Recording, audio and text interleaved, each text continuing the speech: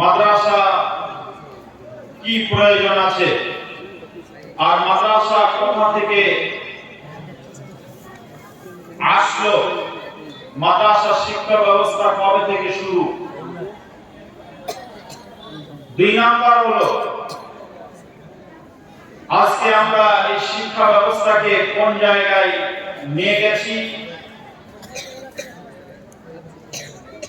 তার কারণে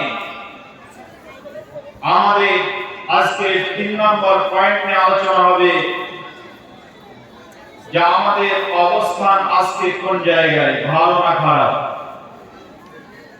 আমরা গোটা উত্তর দিনাজপুরের মানুষ, মালদার মানুষ, মুর্শিদাবাদ, নদিয়া, 24 পরগনা সহ গোটা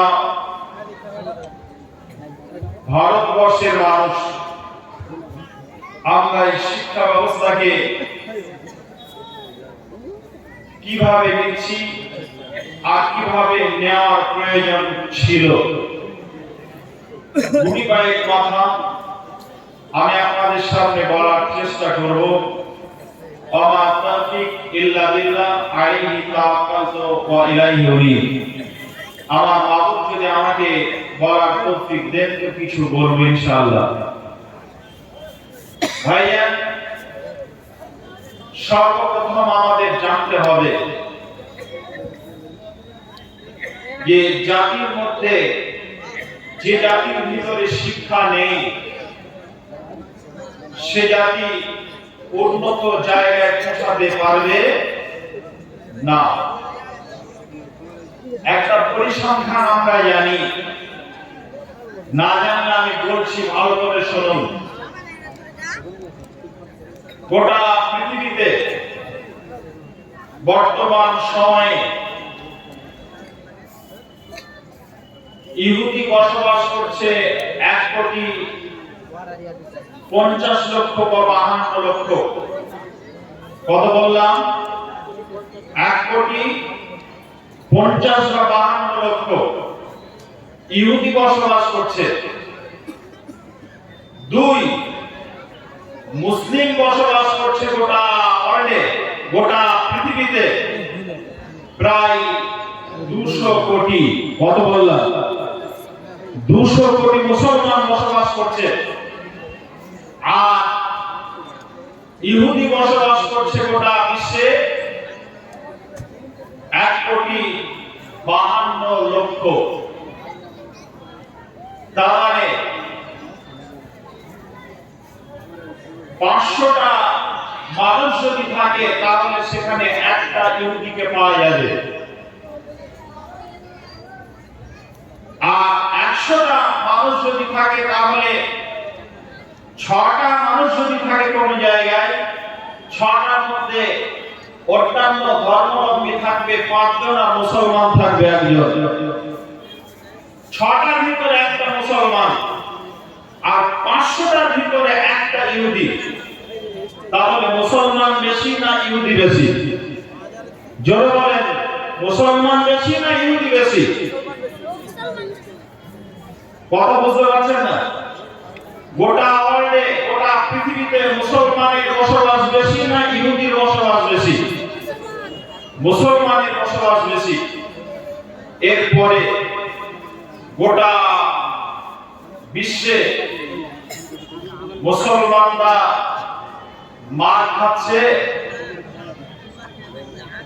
না ইহুদিরা মার খাচ্ছে? মুসলমান মার খাচ্ছে। ইহুদি টোটাল যতটা আছে, ইহুদি কান্ট্রি একটা আছে, সেটা হলো ইসরায়েল। যে ইসরায়েল ফিলিস্তিনে আল আকসা মসজিদ দখল করার জন্য হাজার হাজার শিশু সন্তানকে, হাজার হাজার নারীকে হত্যা করছে। ইহুদিদের চক্রান্ত হলো সবচেয়ে ভয়ঙ্কর চক্রান্ত। এরা প্রায় 70,000 নবীকে হত্যা করেছে। প্রায় 70,000 নবীকে হত্যা করেছে। এমনকি আমাদের নবী মুহাম্মদ সাল্লাল্লাহু আলাইহি ওয়াসাল্লাম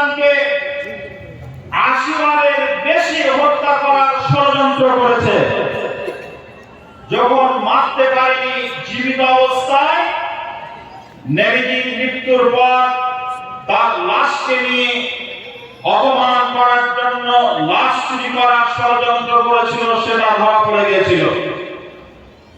মৃত্যুর পর নবীর লাশ চুরি করতে গিয়েছিল যারা, তারা হলো ইহুদি। সেই ইহুদিরা আজকে ইসরায়েলের উপরে এমন অত্যাচার করছে, তারা নতুন একটা ষড়যন্ত্র করেছে যে ফিলিস্তিনের মাটিতে মুসলমান বলে কিছু থাকবে না, যার কারণে তারা শিশুদেরকে হত্যা করছে আর মহিলাদেরকে তারা নতুন ভাবে হত্যা করছে। ইহুদিরা যে নতুন ষড়যন্ত্র করেছে সেটা হলো শিশু আর মহিলাদেরকে হত্যা করলে পারে আর নতুন প্রজন্ম এখানে জন্মগ্রহণ করবে না। কত ভয়ঙ্কর চক্রান্ত এদের! হাজার হাজার শিশু আজকে ফিলিস্তিনের হাসপাতালে আহাজারি করছে, আত্মদান করছে। তাহলে এই অবস্থাতে আমার আল্লাহ কি দেখতে পাচ্ছেন না? আল্লাহ কি দেখতে পাচ্ছেন না? ইসরায়েলের মুসলমান, ইসরায়েলের ইহুদিরা ফিলিস্তিনের মুসলমানদেরকে হত্যা করছে। তারা যে জায়গায় আশ্রয় নিচ্ছে, হাসপাতালে আশ্রয় নিলে সেখানে তাদের মতো করে আক্রমণ করে শেষ করে দিচ্ছে। হাজার হাজার নারী পুরুষ আজকে হাসপাতালের বেডে তারা ঢুকিয়ে ঢুকিয়ে মারা যাচ্ছে, ওষুধ না পেয়ে মারা যাচ্ছে। বন্ধুর লাশের উপরে লাশ আমরা দেখতে পাচ্ছি। একজন মা আত্মনাদ করছে। বিশ্বনবী মুহাম্মদ সাল্লাল্লাহু আলাইহি ওয়াসাল্লাম যিনি উহুদের যুদ্ধ করেছিলেন, উহুদের যুদ্ধের ময়দানে রাসূল সাহাবীদের নিয়ে যুদ্ধ করতে গেছেন। একজন মহিলা তার স্বামীকে পাঠিয়েছেন, তার দুটি তিনজন সন্তানকে পাঠিয়েছেন। আল্লাহর নবীর কাছে মহিলা নবীর সংবাদ নেওয়ার জন্য বাড়ির সামনে দাঁড়িয়ে আছেন। এমন সময় একজন সাহাবী গনিমতের মাল নিয়ে ফিরছেন, জিজ্ঞাসা করছেন আমার রাসূল কেমন আছেন? মহিলাটাকে ওই সাহাবী বলেছিলেন আল্লাহর রাসূল ভালো আছেন, তবে আপনার ঘরের খবরটা আগে নিন। আপনার স্বামী মারা গেছে, আপনার তিনজন সন্তানকে পাঠিয়েছিলেন, তিনজন সন্তানের একজন পৃথিবীতে বেঁচে নেই, তিনজনই মারা গেছেন।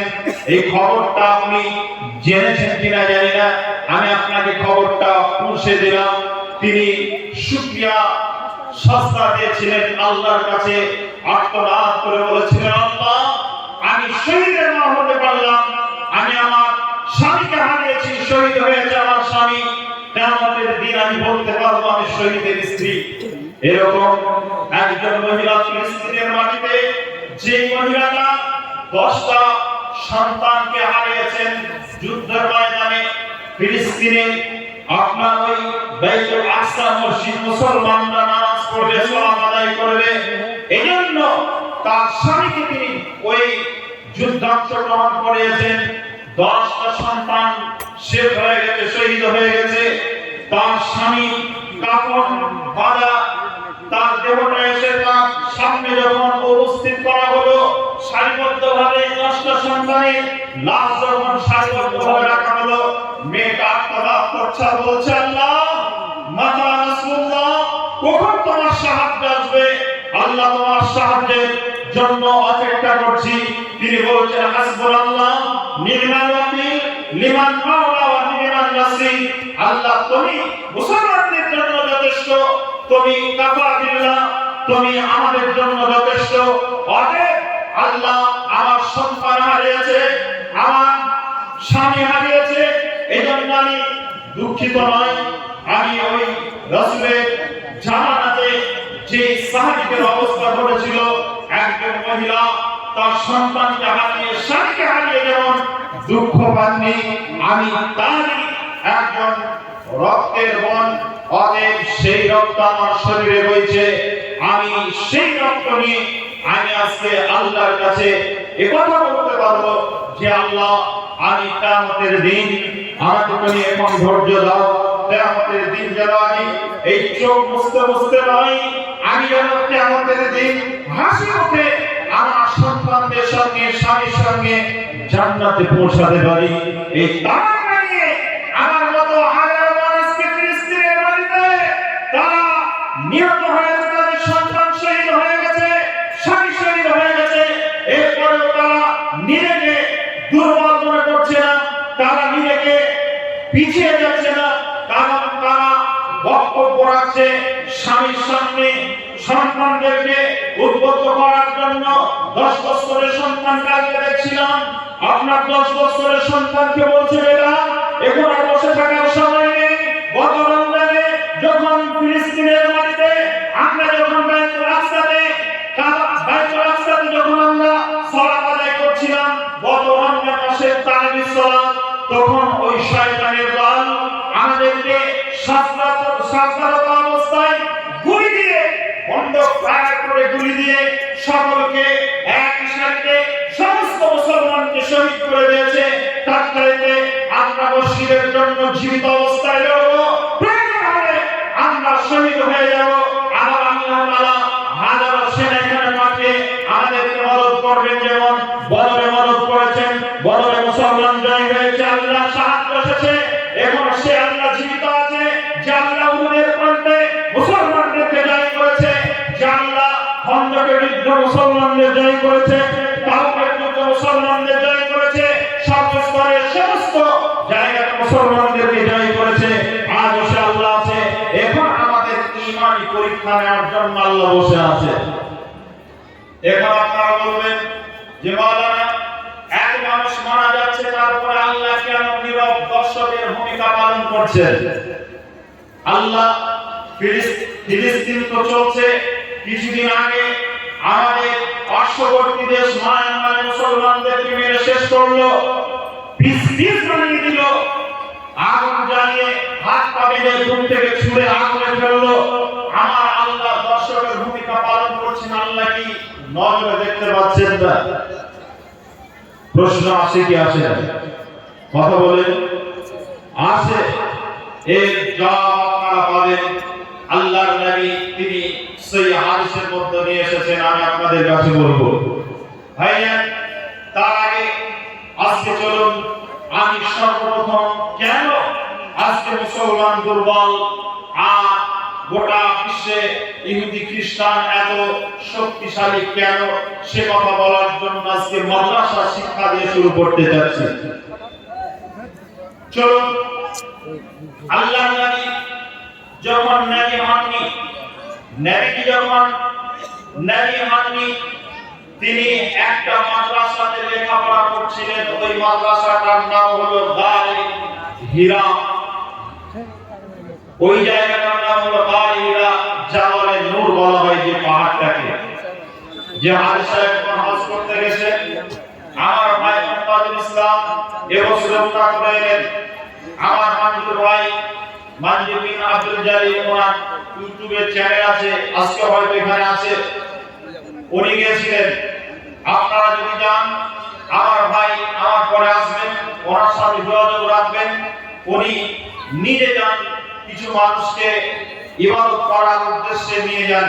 তবে একটা কথা আপনাদের বলি প্রসঙ্গে, যদি হজ উমরা করতে যান, আলেমদের সঙ্গে যাবেন, এই কথাটা মাথায় রাখবেন। জি ভাই, এখন যে কথা বলছিলাম, ওই গানে হেরাতে আল্লাহর নবী যে পাহাড়ে গানের ভিতরে থাকতেন, জামালে নূরে পাহাড়ে যে চূড়াতে যে গুহাতে থাকতেন, ওটা হলো গানে হীরা। হীরা নামক গুহাতে আল্লাহ রাসূল তিনি, ওটা ছিল রাসূলের জন্য মাদ্রাসা। উনি এই মাদ্রাসাতে একদিন নয়, দুদিন নয়, 1 বছর নয়, 2 বছর নয়, প্রায় 15 বছর লেখাপড়া করলেন। আল্লাহ নবী লেখাপড়া করছিলেন, রাসূলের শিক্ষক দুনিয়া কেউ ছিলেন না, স্বয়ং হযরতে জিবরাইল এসে শিক্ষা দিতেন। ওই নবী ওই জায়গায় শিক্ষা অর্জন করলেন। এটা হলো নবী হওয়ার আগের মাদ্রাসা। এরপরে আল্লাহ রাব্বুল আলামিন বিশ্বনবী মুহাম্মদ রাসূলুল্লাহ সাল্লাল্লাহু আলাইহি ওয়াসাল্লামের উপরে কোরআনের আয়াত নাযিল করলেন। নবীকে বললেন, নবী গো, আজকে মানুষদের এই কথাটা তুমি জানিয়ে দাও। কি কথা? আল্লাহ তাআলা 5টা আয়াত দিলেন, সূরা আলাকের 5টা আয়াত অবতীর্ণ করলেন। আল্লাহ রাব্বুল বললেন, ইকরা বিসমি রাব্বিকাল্লাযী খলাক, পাঠ করো ওই প্রভুর নামে যে প্রভু তোমাকে সৃষ্টি করেছে। কার নামে পাঠ করতে হবে? প্রভুর নামে। পাঠ করো ওই প্রভুর নামে। ইকরা, পড়ো। কি পড়ো? মানে প্রভুকে চেনার জন্য যে পড়ার প্রয়োজন আছে ওই পড়া পড়ো। জি, আল্লাহ রাব্বুল আলামিন এই আয়াত দিলেন সর্বপ্রথম, ইকরা, শিক্ষা অর্জন করো। পৃথিবীতে শিক্ষা অর্জন করার কথা আল্লাহ তাআলা কেন দিলেন? কেন দিলেন সে কথাগুলো আপনাকে বলছি। আয়াতের তর্জমা আপনাদের শুনিয়ে দিই, তারপর ব্যাখ্যার মধ্যে একটু ঢুকবো। আল্লাহ তাআলা সর্বপ্রথম বললেন, ইকরা বিসমি রাব্বিকাল্লাযী খলাক, যে প্রভু তোমাকে সৃষ্টি করেছেন ওই প্রভুর নামে তুমি পাঠ করো। ইকরা বিসমি রাব্বিকাল্লাযী খলাক, খলাকাল ইনসানা মিন আলাক, যিনি তোমাকে নাবাক পানি দ্বারা সেটাকে রক্তে পরিণত করে ওই রক্ত থেকে আল্লাহ তাআলা তোমাকে সৃষ্টি করলেন। জমাট বাঁধা রক্ত দিয়ে আল্লাহ তাআলা তোমাকে সৃষ্টি করলেন, ওই প্রভুর নামে পড়ো। জি ভাই, এরপর আল্লাহ তাআলা বললেন, খলাকাল ইনসানা মিন আলাক, ইকরা রাব্বুকাল আকরাম, ওই সম্মানিত প্রভুর নামে পড়ো যিনি গোটা পৃথিবীতে সম্মানিত, আসমানে সম্মানিত, এবং কি দুনিয়াতেও আমাদের কাছে সম্মানিত, আমাদের মৃত্যুর পরেও তিনি সম্মানিত। ওই সম্মানিত প্রভুর নামে পড়ো, তাহলে তোমাদেরকেও সম্মানিত বানাবেন কে? আল্লাহ। ইকরা রাব্বুকাল আকরাম আল্লাযী আল্লামা বিল কলম, যিনি কলমের দ্বারা শিক্ষা দিয়েছেন। তাহলে কলম কত গুরুত্বপূর্ণ জিনিস, কলম কত গুরুত্বপূর্ণ জিনিস। আজকে কলমের দ্বারা শিক্ষা দিয়েছেন আল্লাহ, এই কথা কেন বললেন? যদি আয়াতের তাফসীর সূরা আলামের প্রথম দিকের তাফসীর যদি দেখি, তাহলে আল্লাহ তাআলা কলমকে আগে সৃষ্টি করেছেন এটা পাওয়া যায়। তবে কেন আল্লাহ তাআলা এই কলমকে সৃষ্টি করলেন? কারণ পৃথিবীতে ভালো কিছু করবেন কলমের প্রয়োজন আছে, খারাপ কিছু করবেন কলমের প্রয়োজন আছে। ভালো আর মন্দ এই দুটি জিনিসকে যদি পৃথিবীতে স্থায়ীভাবে রাখতে হয় তাহলে সেটা কলমের প্রয়োজন হয়। একটা আইন পাস হবে, বর্তমানে পার্শ্ববর্তী একটা রাজ্যটার নাম হলো আসাম। নাম শুনেছেন না শুনেননি? কিছুদিন আগে এনআরসি নিয়ে খুব উন্মাদ হলো, কয়েক বছর আগে 2019 সালে, সম্ভবত 19 সালে আপনার এনআরসি নিয়ে মানুষ হ্যাপা পাগলের মতো হয়ে গেল। গত বছর প্রোগ্রামে গেছিলাম, একটা বাড়িতে আমাদের জায়গা দিলেন, উনি বলছেন, ভাই আজকে নোটিশ এসেছে, আমাকে এদেশের নাগরিক সেটা প্রমাণ করতে হবে। আর একজন পাশে ছিলেন, উনি একজন মাস্টার মশাই, উনি বলছেন, ভাই আমার নোটিশ এসেছিল, আমি গতকাল করে গিয়েছিলাম, তবে আমি শিক্ষিত মানুষ এই জন্য বুদ্ধি করে হিন্দু উকিল করেছি, আর আমাকে ওই জায়গাতে দাঁড়িয়ে কোর্টে দাঁড় করিয়ে দিয়ে জিজ্ঞাসা করছে, তোমার বাবার বিবাহ হয়েছিল কত তারিখে সেটা বলো। বলেন বাপের বিয়ে কবে হয়েছিল কি বলা সম্ভব? বলা যাবে? 100টার মধ্যে 99টা মানুষ পারবে না, এটা মনে রাখার কথা নয়। তারপরে জিজ্ঞাসা করছে, এরপরে জিজ্ঞাসা করছে, আপনার দাদু মারা গেছেন কত সালে, তারিখ বলুন। জিজ্ঞাসা করছে, আপনার মায়ের পক্ষে আপনার নানার সঙ্গে আপনার নানির বিবাহ কত তারিখে হয়েছিল, মারা গেছেন না জীবিত আছেন, যদি মারা যায় তারিখটা কত, এই কথাগুলো কেউ কি মনে রাখবে? মানে যেগুলো মনে রাখার মতো নয়, যেগুলো মানুষ ভাবে না, ব্রেনে রাখে না, এই ধরনের প্রশ্নগুলো আমাকে জিজ্ঞাসা করছে মাস্টার মশাই বলছেন। তাহলে অশিক্ষিত মানুষের অবস্থা কি হতে পারে এখান থেকে অনুমান করুন।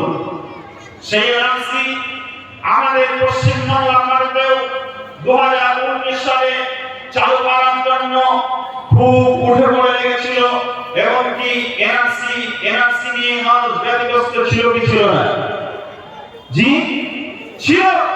কারণ হলো প্রতিটা মানুষের ব্রেনে এটা ঢুকে গিয়েছিল যে আমার স্ত্রীকে যদি আমি স্ত্রী প্রমাণ না করতে পারি তাহলে আমার ছেলের সঙ্গে আমার স্ত্রী থাকতে পারে না, আমার স্ত্রীকে যদি আমি প্রমাণ না করতে পারি তাহলে আমার স্ত্রী যেখানে সংসারতে চলে যাবে, আমার মা আমার বাপ এটা যদি আমি প্রমাণ না করতে পারি তাহলে আমার মা বাবা ডিটেনশন ক্যাম্পে চলে যাবে, তারা জেলখানায় আবদ্ধ থাকবে। ডিটেনশন ক্যাম্প হলো আলো, এই জেলখানার চাইতেও ভয়ঙ্কর কিছু, এটা হলো আলো আলাদা জগৎ। অনেক সেই জায়গায় গেলে পরে অনেক ভয়ঙ্কর পরিস্থিতি ঘটবে। এটা আমাদের ব্রেনে ঢুকেছিল না ঢুকেনি যাবে বলেন? এটা আমাদের ব্রেনে এসেছিল না আসেনি? এই নিয়ে আমরা ব্যস্ত ছিলাম কি ছিলাম না? ছিলাম।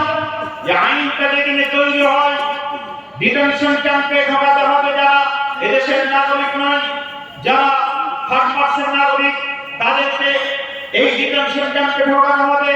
এটা যে আইনে যেই দিনে আইনটা কার্যকর হয়, যেদিন আইনটা তৈরি হয় সেদিনে কিন্তু সিগনেচার করা হয়েছিল কারণ না কারণ, সেই সিগনেচারটা কিন্তু কলমের দ্বারা হয়েছিল, আইনটা পাস হয়েছিল কলমের দ্বারা।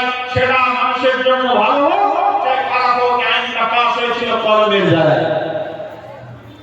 আমাদের দেশের পশ্চিমবাংলার শিক্ষামন্ত্রী নাম করছি না, আপনারা বুঝতে পারছেন।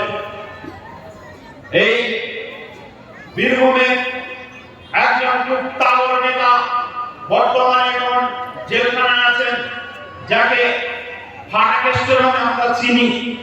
সে আজকে জেলখানার মাটিতে এদেশে এই পশ্চিমবাংলার একজন তাগড়া নেতা, আগে বিরোধী নেতা ছিলেন, ক্ষমতা আসার পর তিনি একজন তাগড়া নেতা। তিনি জেলখানার মাটিতে, আমি যে জায়গায় বসবাস করি, যে জায়গায় যে মাদ্রাসায় থাকি, ওখানকার তিনি এমএলএ, উনি একজন বলেন আপনার প্রাইমারি চেয়ারম্যান, তিনি আজকে জেলখানাতে। এত তাগড়া নেতা জেলখানাতে, এরা জেলখানায় গেছে কেন না? এদের ভুল আছে, কলমের কোন জায়গায় ভুল আছে, এই জন্য তারা জেলখানায় গেছে। কথা ঠিক বলছে না ভুল বলছি যারা বলে? জি, কথা ঠিক বলছে না ভুল বলছি? তাহলে কলমের দ্বারা মানুষের ভালো হয়, আবার কলমের দ্বারা মানুষের ক্ষতি হয়। এই জন্য আল্লাহ বলছেন আগে কলমটাকে ঠিক করে নাও। এই জন্য আমি কলমের দ্বারা মানুষকে শিক্ষা দিলাম।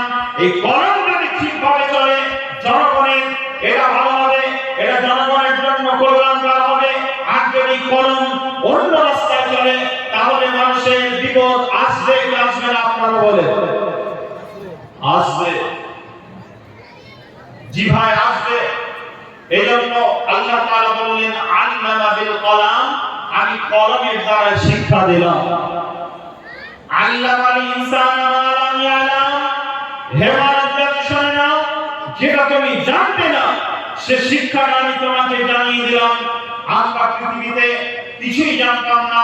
নবী আদম আলাইহিস সালামকে আল্লাহ যেদিন সৃষ্টি করলেন, ওই দিনে ফেরেশতাদেরকে সকলকে একত্রিত করলেন। আল্লাহ ফেরেশতাদের জিজ্ঞাসা করলেন, বলো এই জিনিসটার নাম বলো, এই জিনিসটার নাম বলো। ফেরেশতারা কেউ বলতে পারলো না, এটার নাম আদা, এটার নাম রসুন, কেউ বলতে পারলো না। যখন আদমকে আল্লাহ তাআলা জিজ্ঞাসা করলেন, আদম এক করে সব বলে দিলেন। এই জন্য আদমের সবচাইতে মর্যাদা পৃথিবীতে আল্লাহ তাআলা বেশি করে দিলেন। আর সেই দিনে আদমের জন্য ফেরেশতাদের বললেন, উসজুদু, তোমরা সাজদা করো আদমকে। শিক্ষা কত বা মর্যাদা, এই কথা থেকে আপনারা অনুমান করতে পারছেন কি পারছেন না? জি, এবার আপনাদের বলি, আল্লাহ তাআলার নবী সর্বপ্রথম ওই গাজীপুরে ওই মাদ্রাসাতে শিক্ষা অর্জন করলেন। নবী যখন